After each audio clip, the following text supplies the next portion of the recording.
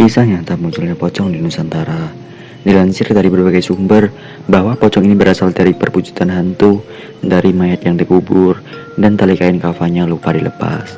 Ada juga yang mengatakan bahwa pocong berasal dari roh pengantin yang saat menikah, ia tidak mendapatkan restu dari kedua orang tuanya.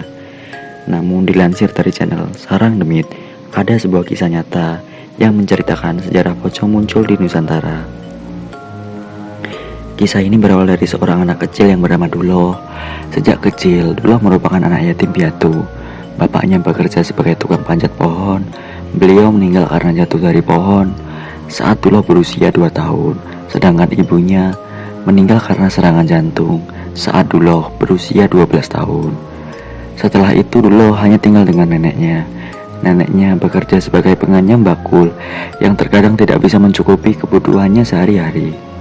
Pernah Duloh dan neneknya tidak makan 2 hari berturut-turut karena pada saat itu anyaman si nenek tidak laku sama sekali. Setiap kali lapar, nenek dan cucunya hanya minum air putih agar perutnya kembung dan menghilangkan rasa lapar itu. Tapi tetap saja, walau Duloh sudah meminum banyak air, perutnya malah kembung dan rasa lapar tak kunjung hilang.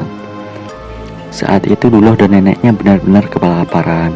Karena bingung apa yang harus ia lakukan, Duloh izin pada neneknya untuk mencari pekerjaan. Neneknya pun mengizinkannya. Namun sebelum Duloh pergi, nenek membekali cucunya dengan sebuah keris yang berukuran sangat kecil yang muat dimasukkan di dalam kantong.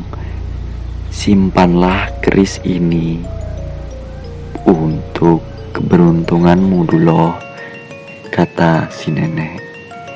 Duloh kecil dengan perutnya lapar pergi meninggalkan neneknya. Ia tidak tahu harus pergi kemana.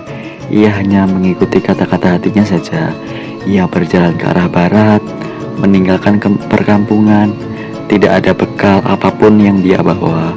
Tanpa alas kaki, bajunya pun sudah kumal dan tipis. Ia melewati kampung demi kampung hingga akhirnya ia terjatuh. Perutnya sangat lapar. Ia benar-benar kehabisan tenaga dan tak mampu meneruskan perjalanannya. Ia merasa bahwa dirinya mati saat itu juga. Duloh terkapar di jalan setapak selama 3 hari 3 malam. Tidak ada seorang pun yang menemukannya. Namun ia masih bertahan hidup. Jalan setapak itu adalah jalan menuju kampung Bojong Pinang. Tinggal beberapa kilometer lagi ia akan sampai di kampung itu. Namun tubuhnya yang sudah tak berdaya. Menjelang malam melintaslah sebuah delman di jalan. Melihat orang yang terkapar di sana, delman itu pun berhenti. Seorang wanita turun dari delman tersebut. Wanita itu sangat cantik dan berpakaian seperti seorang bangsawan. Wanita itu kaget ada anak kecil yang terkapar di jalan setapak itu. "Kamu kenal anak ini?" tanya wanita itu. "Pak Kusir sih pengemudi delman." "Saya nggak kenal, Bu. Mungkin dia berasal dari kampung sebelah," jawab Pak Kusir. Wanita itu bernama Inggit. Ia adalah istri dari orang kaya dari kampung Bojong Pinang. Ia hendak menjenguk saudara yang melahirkan di kampung sebelah. Namun melihat ada anak kecil yang terkapar di jalan, ia benar-benar kasihan. Ia memperhatikan anak itu dan ternyata Duloh masih hidup. Kedua matanya berkedip, tapi Duloh tidak bisa mengucapkan sepatah kata pun. "Kamu dari mana, Nak?" tanya Inggit sambil menatap wajah Duloh. Duloh hanya ingin menjawab dengan bahasa isyarat. Perlahan ia mengangkat jarinya dan menunjuk ke arah timur. "Bawa dia ke atas delman ya," kata Inggit. Pak Kusir pun menurutinya. Ia membopong tubuh Duloh ke atas delman. Duloh pun dibawa oleh Inggit. Sepanjang perjalanan ia diberi makan dengan nasi ketan. Duloh memakannya dengan sangat lahap, dan perlahan ia pun sudah bisa berbicara. Ia bilang ke Inggit bahwa ia berhari-hari tidak makan. Ia juga meminta tolong ke Inggit untuk memberi neneknya makan. Singkat cerita, setelah Inggit menjenguk saudaranya, Ia pun langsung pergi ke rumah Duloh untuk menolong neneknya. Inggit membawa nasi dan lauk pauk yang diambil dari rumah saudaranya. Namun nasib buruk menimpa nenek malang itu. Saat Inggit dan Duloh tiba di sana, nenek itu sudah meninggal. Nenek itu pasti mesti mati karena kelaparan. Di desa Duloh memang sedang dalam keadaan paceklik. Warga di sana banyak yang kelaparan dan hidup susah. Setelah nenek Duloh dimakamkan, 1 hari kemudian Inggit kembali menemui Duloh. Wanita itu menawarkan pekerjaan kepada Duloh sebagai pengembala kerbau. Kebetulan kerbau milik keluarga Inggit dan ia butuh tambahan pengembala. Duloh dengan senang hati menerima pekerjaan itu. Nanti ia akan membantu Cisarkam yang juga bekerja kepada Inggit sebagai pengembala kerbau. Pagi harinya, Duloh meninggalkan rumahnya dan pergi bersama Inggit. Sepanjang perjalanan, Duloh bercerita bahwa orang tuanya sudah meninggal saat ia kecil. Ia juga bercerita bahwa hidupnya serba kesusahan dan neneknya hanya bekerja sebagai penganyam bakul. Inggit semakin kasihan kepada cerita anak kecil itu. Setibanya di rumah Inggit, Duloh benar-benar terkesima lantaran rumah wanita itu sangat besar dan luas. Duloh berdiri di depan rumah Inggit. Tak lama kemudian keluarlah seorang laki-laki yang berumur kurang lebih 35 tahun. Lelaki itu berkumis sangat tebal, memakai jas hitam dan sarung batik berwarna keemasan.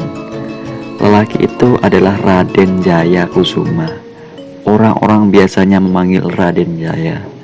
Raden Jaya adalah orang terkaya di kampung itu, sekaligus suami dari Inggit. Raden Jaya mempersilahkan Duloh untuk masuk ke rumahnya. Duloh disuguhi oleh buah-buahan dan makanan-makanan enak. Raden Jaya dan istrinya benar sangat-sangat baik. Raden Jaya juga memperkenalkan Duloh kepada Ki Sarkam, salah satu pengembala kerbau yang juga bekerja kepada Raden Jaya. Melihat penampilan Ki Sarkam yang memakai baju serba hitam dan golok yang diselipkan di pinggangnya, Duloh bergidik ngeri. Ia duduk di samping Duloh. "Nak Duloh, ini adalah Ki Sarkam. Ia yang membimbing kamu dalam mengurus kerbau," kata Raden Jaya. Duloh mengangguk saja. Ki Sarkam memandang Duloh dengan tatapan tajam dan terkesima mengerikan. Sesaat kemudian, dari dalam bilik kamar muncullah seorang anak perempuan yang sangat cantik. Anak itu bernama Rara. Ia berumur 9 tahun dan satu-satunya anak dari Raden Jaya. Lalu Duloh pun dibawa oleh Ki Sarkam ke kandang kerbau.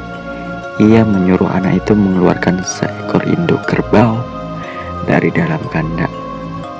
Ragu-ragu, Duloh memegang tali kerbau itu, lalu menyeretnya keluar kandang.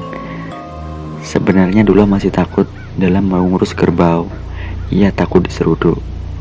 "Kau bawa kerbau itu ke sana," suruh Ki Sarkam sambil menunjuk jalan setapak. Duloh pun mengangguk saja. Perlahan bawa kerbau itu ke jalan setapak, sedangkan Ki Sarkam mengikutinya dari belakang.